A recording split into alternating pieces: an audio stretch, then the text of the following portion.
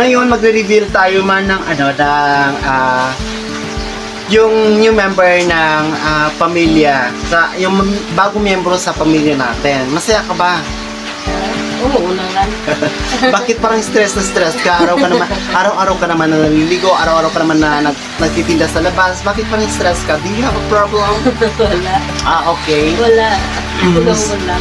Inuubo ka lang. So talagang uubuhin talaga tayo ngayong December kasi nga number 1, Malamig. walang pera. Charot. Malamig, di ba? And number 2, tag-ulan na kasi talaga. Ganon talaga kabilis ang panahon. December na naman, nakaraan ay mga buwan yun. Tapos ngayon December na, mag-New Year na naman tayo. Well, anyway, mabalikan natin yon. Pero ngayon bang tag-ulan, ano yung naaalala mo sa buhay natin noon?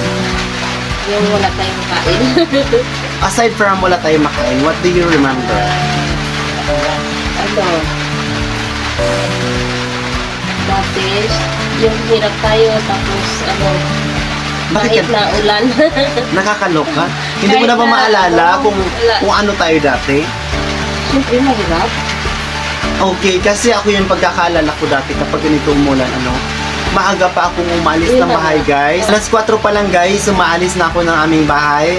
Pupunta na ako ng Katunggan para mag-alimango. Then, uuwi naman ako ng alas 4 ulit ng umaga. Yes, parang unlimited. One whole day ako sa Katunggan hanggang abutin na ako ng gabi. And then, pagdating ng umaga, saka pa ako makakauwi. 24/7. Parang 24 hours ako doon sa loob ng Katunggan. Nagbabaon na ako. Whatever happens, kailangan meron ako maiuwi sa pamilya ko kahit na napaka-late lamang na halaga. So, ngayon, ano pa yung mga naalala mo kapag umuulan ganito? Dati kasi kapag umulan, kapag wala tayong bigas, mag-alaga lang tayo ng kung ano pwedeng lagain dyan, tulad ng gulay. Yes! Yun na yung pinakabigas natin, yun na rin yung pinakaulam. Yes, guys, napakahirap talaga dito sa amin sa Palawan kapag umuulan. Ang pinakamahirap dito ay ang bigas. Pangalawa yung medicine. Yes, guys, yan yung mahihirap talaga dito sa amin sa Palawan kapag tag-ulan. Yun ay sa mga katulad ko lamang po na kulang or hindi sapat ang kabuhayan, ganun. Kulang pa. Yes, hindi sapat. Yan Sapat yung Yes, hindi sapat, guys. And then, ang sumunod, kapag ganito umuulan, noon naalala ko, tumutulo yung bahay namin. Yes. My goodness, nakakaloka. Basa-basa yung mga gamit namin. Kung saan yung walang tulo, doon tayo nakapasilong. Correct. Kung alimbawa doon sa kabilang gilid ay walang tulo, doon kami uupo. Doon sa walang tulo. Yes, so walang tulo talaga. But now, look at us. Napakaganda po ng ating bahay. Walang tulo. And secondly, kahit naman na umuulan, bumabagyo, hindi tayo talaga nangangamba kasi walang puro dito sa tabi ng bahay namin and talagang hindi siya matutumba ng bagyo. Samantalang noon kapag may bagyo, evacuate kami kagad sa kapitbahay. Kung kasi sino, nga palibot ng kahoy. Yes, palibot ng kahoy or ng mga nyog ang aming bahay. Correct! So yun na, magsisimula na po tayo ng revelasyon. I-reveal na po natin ang new member ng pamilya. Hi guys! Welcome to my YouTube channel at kung bago ka pa lang sa aking YouTube channel, don't forget to subscribe!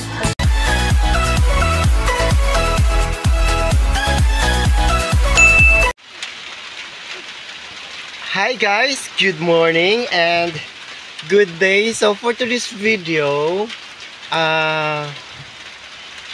magre-reveal ng ating new member in the family. Yes. So yun na. Ang bagong miyembro guys sa ating pamilya ay pero bago ko guys i-reveal sa inyo na kung sino at kung ano ang bagong miyembro ng ating pamilya, ay gusto ko muna kayong batiin ng advance, yes, Happy New Year and Merry Christmas. Salubungin natin ang bagong taon ng mayroong pagmamahal sa bawat isa and ng masaya, ganun. Yung kahit na may problema, at least lagi tayong masaya at ang pamilya ay magkakasama, either hindi man, at least masaya pa rin, di ba? Yung natutugunan natin yung pangangailangan natin ng ating pamilya. Ito ang new member sa ating pamilya, ang kalabaw na binili po sa atin ni Mommy. Yan siya, ang ganda-ganda, ang gwapo-gwapo niya naman. Napakabata pa nito, guys. He's 3 years old pa lang. Lalaki po siya. Hindi ko pa nalilipat, I'm sorry. Pero ililipat ko na siya ngayon. Tara na, huwag ka na masyado. Ay, bakit? Magpakamot ka? Pakamot ka? Halika. O ayaw mo rin. So, lipat na kita. So, dito sa amin, guys, kahit na mayroon kang kalabaw or baka, kambing, hindi ka mahihirapang magpakain sa kanila or maghahanap ng pagkain nila. Because dito sa amin talaga ay sagana. Sagana kami sa damo, sagana kami sa... Basta sagana kami sa gubat, ganyan. Dito, ganyan. How. Oh my goodness, naloloka naman ako sa'yo, boy. Huwag kang masyado magmadali. Halika na. Siya nga pala, guys, dito sa amin ngayon ay umuulan. Kahapon, hindi siya umulan. Pero ano siya, ang tawag dito, makulimlim lang mag-isang araw. Parang bumaba yung fog kahapon.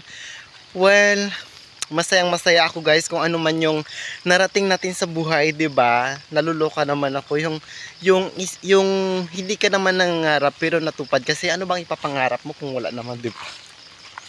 Tiwala lang sa Panginoon, ganun. Parang kapag kasi ganito yung kagaya ko, or siguro yung mga kagaya ko, kapag hindi nakatapos ng pag-aaral, or kung mahirap ka talaga, yung parang kapit ka lang sa Panginoon, 'di ba? Parang wala ka ng ibang kakapitan kung hindi Panginoon.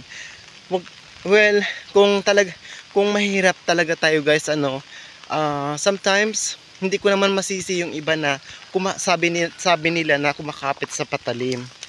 'Di ba? Pero nangyayari talaga 'yon. Ako kasi noon, kumapit din ako sa patalim. Yes, yun, kumapit ako sa patalim, guys. Pero ano yun siya, sa politiko. Ganon. Parang kahit na napakalayo, napakahirap, na kahit anong iutos sa'yo ay gagawin mo lang because wala ka nga, diba? Ganon. So, masaya talaga ako sa achievements natin, sa mga narating natin sa buhay. Anyway, yung mga pera ni Mami na pinapadala niya sa akin, kung ano yung na-request ko sa kanya, yun yung ginagawa ko sa pera. Ayaw kong ipambili ng luho or ng kung ano-ano, 'di ba? Kasi sayang yung pera, guys. Dapat marunong tayo magpahalaga ng pera kasi minsan lang yan dumating sa buhay natin. What if kung naubos na or kung nawala? Papaano tayo isang araw, 'di ba? Yung parang anong huhugutin mo or anong dudukutin mo kung wala kang isinuksok, ganon. So dapat matuto tayo sa buhay natin, guys. Yung pera mahirap hanapin pero madaling gastusin. Ngayon ang tanong, ano ba at para saan kung bakit ka naghahanap ng pera? Ganon. So kung meron kang purpose sa pera ay mapapahalagan mo talaga ito, guys. And kung ano ang purpose mo doon, doon mo siya gagamitin, hindi kung saan-saan. Balik na natin, guys, ng ating kalabaw. Sunod, i-reveal na naman natin ang isa pa na miyembro ng ating pamilya. Tayo, guys, the other member of our family is, ayan, yung baka. So, meron yan, guys. Tara na mo. Ikaw na ang susunod na ating ililipat. Kasi, kailangan nyo na talagang makakain. Makahanap na sana tayo ng marami ninyong pagkain. Ayan, so tuloy-tuloy lamang tayo, guys, sa buhay natin. Tara na mo. Nag-ano ka ba? Ay, nagadumi pa siya, nakakaloka. So, wag natin pilitin, di ba? Halika na. Tapos na yung isa. So, lipat ka na. Ayan. Ang hirap naman ang sitwasyon ko. Wala akong videographer. Ambisyosa, nakakaloka. So, ang susunod na member ng family natin, guys, ito sila. Napakarami nila. Yan, yung mga manok natin. Nagpapakain na ako sa kanila. Actually, guys, marami na ito sila. Yan. So, ang problema lang ngayon, yung iba hindi pa nahahatid at yung iba ay maliliit pa. Yung mga babae na to, guys, ay nangingitlog na.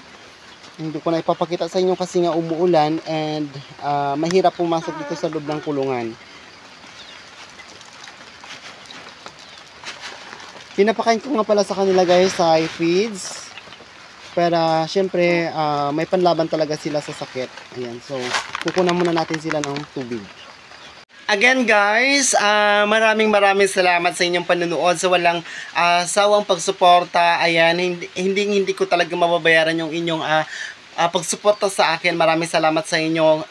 And God bless us all guys. Advance Merry Christmas and Happy New Year sa lahat.